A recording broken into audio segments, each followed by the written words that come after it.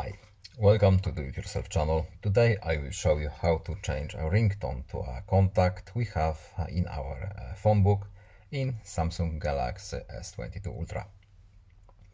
To change our ringtone, we have to go to the phone book first, then contacts, and here we can choose our contact that we want to change ringtone. We will need to go to options here, and our menu is hidden under these three little dots. Change ringtone, vibration.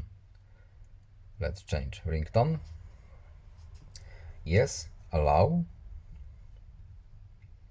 And here we have our default and all the ringtones that are by default in our phone. Let's use this one. Backup. And now our ringtone is changed. We don't have to save anything. When Adam will call, we will have our new ringtone. That's all. I hope this video was helpful to you. Please leave a like and subscribe. Have a nice day and see you in the next video. Goodbye.